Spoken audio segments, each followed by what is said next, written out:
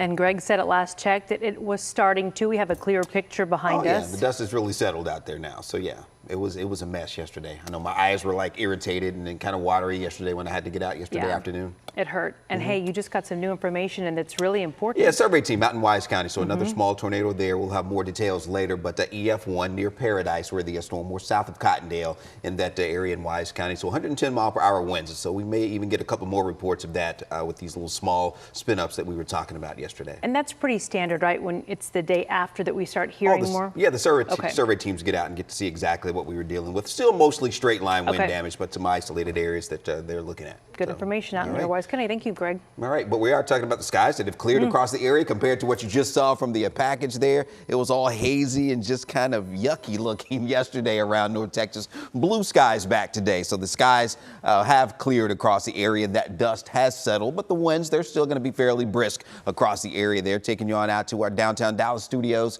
here at WFAA, 51 degrees. Those winds, though, still gusting to 29 miles per hour. So we'll have some higher gusts as we get into the early afternoon hours, and that's kind of stirring around the pollen. So we still have that mountain cedar that is high for you, the oak high as well. Hackberry showing up in the moderate category for today. So that's going to be the irritant out there for you as we go through this afternoon.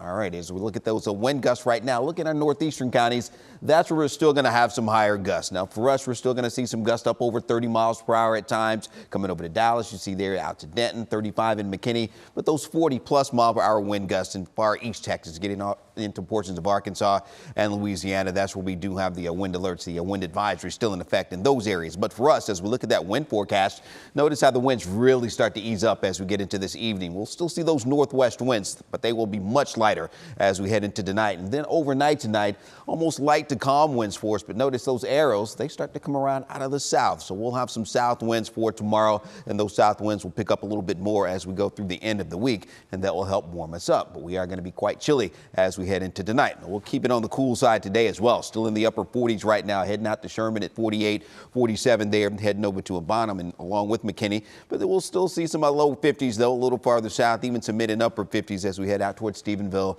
and Granbury here late this morning. Those highs bouncing back into the upper 50s and low 60s today. But again, it will be cold, pretty chilly heading out the door for tomorrow morning. We'll be down into the mid and upper 30s, so a little bit below normal before those temperatures do begin to warm up nicely on Thursday. We'll be in the upper 60s, close to 70, around 80 on Friday.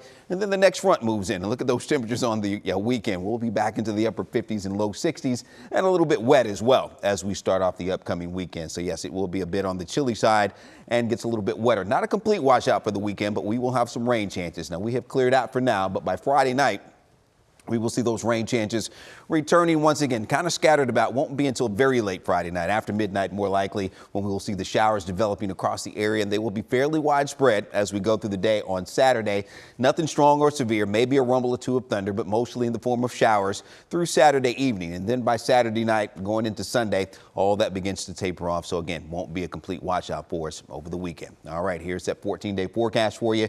A warm end to the week, then much cooler and a little bit wet over the weekend as we spring forward Saturday night, and then sunshine is back early next week. Looking at the second half of that 14-day forecast, we see those temperatures getting back into the upper 70s and more rain chances down the road. All right, more midday coming up after this.